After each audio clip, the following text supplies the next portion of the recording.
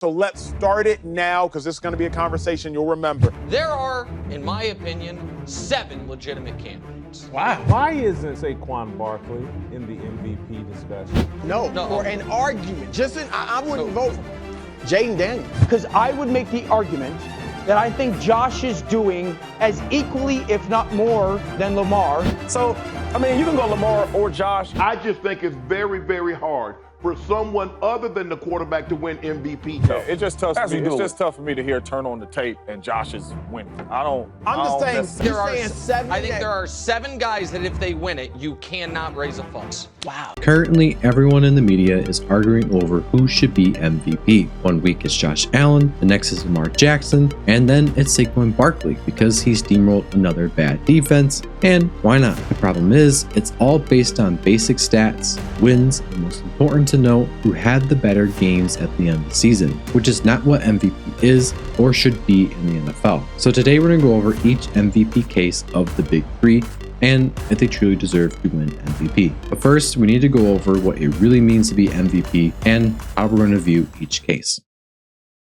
We are going off of what MVP actually is. The most valuable player on the field. Not the best player, sorry Saquon, but who brought more value, who showed up in the big moments, and who was carrying their team the most versus their team carrying them. Now, I said this before, but each year MVP is always discussed as in how many yards they throw, touchdowns they have, interceptions thrown, how many wins their teams had, and above all, who looked the best at the end of the season. Unfortunately, this is a very ill-informed way of looking at it. Just because a guy throws for more yards than another quarterback, that doesn't mean they should win MVP. Let's say in addition, because this is what's happening with Lamar Jackson this year, that because a guy won MVP multiple times already, he shouldn't get it and someone else should. That's stupid and it shouldn't happen. Yet there are actual analysts saying that. Voting fatigue shouldn't play a role either. I say all this because we're not looking at it in the sports media way, meaning the whole picture of what was their offensive line like, who was their playmakers, how was the running game, is their defense any good, with some special stats that reveal the truth in their individual performance. With all that being said, we start with Josh Allen's case. To start, we will look at some base stats. They do mean something, just not everything when looking at MVP. Allen threw for 3,731 yards, running for 531 yards, including 12 touchdowns and having 5 fumbles. Allen had thrown for 28 touchdowns and 6 interceptions. He had an 82.9 passing grade, 7th best in the NFL. He was averaging 7.7 yards per attempt and had a 63.6 completion percentage. Honestly, from a base stat perspective, Allen is far behind the other 2 guys. That's not to say he on an individual level was not good, because he had the most big-time throws with 37 of them. Josh Allen's MVP case rests on him being the Bills' offense, like he is the offense literally. He had James Cook, who seems to be an up-and-coming running back, but when the Bills faced good run defenses, he was basically shut down. Also, Allen does have the worst quote-unquote of the other guys for a receiving core. A lot of decent slot options that provide quite the horizontal threat, but lack the vertical threat to stretch defenses thin. This makes his big-time throws and yards per attempt all the more impressive, because for most of the season, he didn't have a wide receiver 1 option that could do everything at all levels of the field. And we normally see yards per attempt and ADOT go down a lot when QBs don't have a wide receiver 1 option. With that, it is important to note that Amari Cooper, coming over from the Browns, is a factor to consider since he was a wide receiver 1 alpha type. He hasn't exactly translated that to production though. Ultimately, Allen has done more with less talent surrounding him, offensively at least. Now for Lamar Jackson. But first, leave a like on the video. And if you want more content like this, subscribe. With Lamar, the thing we need to consider with him is his growth as a passer is phenomenal. This year, he has taken the leap to the next level as a passer, showing he can make every kind of throw, no matter the coverage, no matter where it's at in the field, something that wasn't exactly the case before. However, you can't factor that into MVP. It makes him more valuable that he's able to do these throws that he couldn't before, but that development can't be included in an argument for MVP. Like if analysts said, well, Lamar has grown as a passer, and that's why he should be MVP. Just no, that's not how that works. So now that we got that out of the way, let's look at what Lamar Jackson has done. So Jackson threw for 3,955 yards, rushing for almost 852 yards. He had 39 passing touchdowns with 4 rushing, along with only 4 interceptions and 10 fumbles. His average yards per attempt was 8.9, and his average depth of target was 9.4. For accuracy, he had 67.9 completion percentage and a 77.3 adjusted. He is tied with Burrow with having a 92.3 passing grade, having 28 big-time throws and 8 turnover-worthy plays. While he had the least amount of big-time throws compared to Allen or Burrow, he does make that up with what he does on the ground. Some are quick to say, well, Allen does the same, and they're right. Allen does, but not to the extent that Lamar does. Lamar opened the door for Derrick Henry, which admittedly is a double-edged sword. Allen didn't create that opportunity to that level either. Lamar holds defenses accountable to the point where defenses have to change how they play coverages at all times, which opens the door for a deep passing attack. Lamar is hands down the best dual threat quarterback in the game. His speed is unmatchable. It's not like Allen where he uses his body as a plow. Jackson is electric on his feet, making him dangerous in the open field, unlike other dual threat quarterbacks.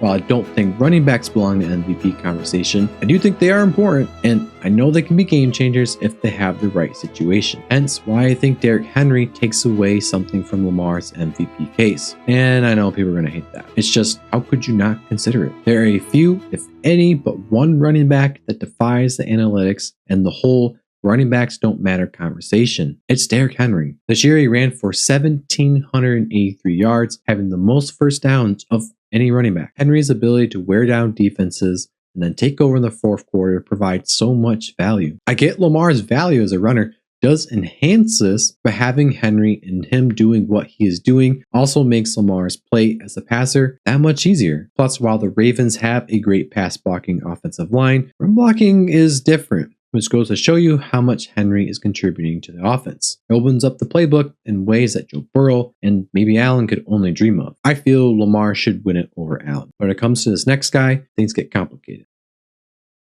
Now, I know what some of you guys are thinking. Joe Burrow, MVP? Yes, MVP. What he has done this year, dragging the Bengals to wins despite a defense looking bad, is very MVP-like. Let's look at the base stats for him as well to start. Through 16 games, Burrow threw for 4,641 yards, 42 touchdowns, and 8 interceptions. He has had a 69.8 completion rate as well. With 7.7 yards per attempt, his overall NFL passer rating was 109.8. In comparison to Lamar, he threw for 686 more yards, 3 more touchdowns, and 4 interceptions. And Allen, 910 yards. That's almost 1,000, 4 touchdowns, and 2 interceptions. But this is where Burrow is set apart from the other guys. Supporting cast. When looking at supporting cast, we see quite the revelation. According to Pro Football Focus, the Bengals had a bottom 5 pass blocking unit. For perspective, that's in the same category as the Patriots, the Saints, the Titans, and Browns all have bad offensive lines. In totality, Joe Burrow was sacked 44 times as well. That's 21 more times than Lamar Jackson and 30 more sacks than Josh Allen. The cherry on top is this. Burrow on average for the season had a 2.66 average time to throw compared to Josh Allen's 2.87 seconds to throw and Lamar's 3.19. And everyone will bring up that Burrow has 2 elite wide receiver 1 options for receivers. But it's not like Allen and Lamar have bad receiving cores. Allen does have the worst of the 3. It's limited, but still pretty good receivers. And for Lamar, he had Mark Andrews and Zay Flowers, both elite receiving options. To look at defenses for all these guys, we see the Ravens having the 7th best graded defense, the Bengals at 22, and the Bills at 27, which means Allen had the worst defense. Right? Not so fast. If we look at points allowed, by a very wide margin, the Bengals allowed 417 points, 3rd worst in the NFL, followed by the Ravens at 15th with 351 and the Bills at 23 with 331, which is really good. This tells us that while the individual players may have been worse for the Bills, the coaching or the scheme was much better than the Ravens or Bengals. This also reveals why the Bengals lost so many games. If you paid any attention to the Bengals games, it wasn't the offense that was losing games. It wasn't Joe Burrow. It was the defense. It wasn't like Joe Burrow had a chance to win and then he didn't. It was him scoring continuously and then the defense can't make a stop. and then they lose the game. Now let's go deeper and see which guys have gone up against better defenses. And we are splitting this up by overall defensive grading, coverage units, and pass rushing units. Bills fans, you're not going to like this. Looking at the top 15 graded defenses by PFF that each of these guys have faced, we see Joe Burrow with facing 9 top 15 defenses, Josh Allen with 5, including the broken down Detroit Lions, and Lamar Jackson with 9 top 15 defenses. The top 15 coverage units, we see Joe Burrow facing 6 top 15 coverage units, Allen facing 8 of them, including Detroit, and Lamar with only 5. And lastly, for the top 15 pass rushing units, Lamar went up against 11 top 15 pass rushes, Allen with 4, including Detroit, and Burrow with also 11. With that being said, if we tally it all up, we are left with Burrow with having 26, Lamar 25, and Allen 17. I will say again that Allen does have the worst of the 3 receiving cores, going up against much better coverage units. That is something to remember, and it's viable ground to make the argument on. With that all being said, I feel Joe Burrow deserves MVP. Why? I feel he's had to overcome more, do more, drag a much lesser team throughout the season, and make a run at the playoffs. Plus, the reason for so many losses again is because his defense is poo-poo. It's all been on Burrow too. It was Burrow or nothing. All these throws, while under so much duress, is like having a game where he sacked 4 to 7 times and still throwing 3 or more touchdowns a game. Remember the Super Bowl when Mahomes had a bad offensive line and literally could do nothing against the Buccaneers, but he had Tyreek Hill and Travis Kelce? Well, not quite that extreme since it was pretty much all backups for Mahomes, but Burrow's offensive line is again one of the worst in the NFL, and he's still doing what he's doing in spite of that. Meanwhile, Allen and Lamar have top 10 offensive lines. In totality as well, Burrow has dropped back 675 times, while Allen has 542 times, Lamar 505 times. That's almost 150 more passes were attempted than Lamar and Allen. Under pressure, so much more. There simply has been more on Burrow's plate, and he's playing at an elite level despite it. Again, I get Lamar is a big part of the run game, and that is important too. That is why I feel if it was, and probably will be, between Allen and Lamar, I feel Lamar should get it over Josh Allen. But whether it's Lamar or Allen, or we have Burrow in the discussion, either way, it's not by a landslide. All 3 have a reasonable case to win MVP over each other, where it's not egregious if Allen wins. So what are your thoughts? I would love to hear what you guys think and get a discussion going in the comments below. Also, to help out the video and the channel, and share with a friend as well to get their thoughts, and check out one of these videos. I'm sure you'll enjoy them if you stayed this long for this one.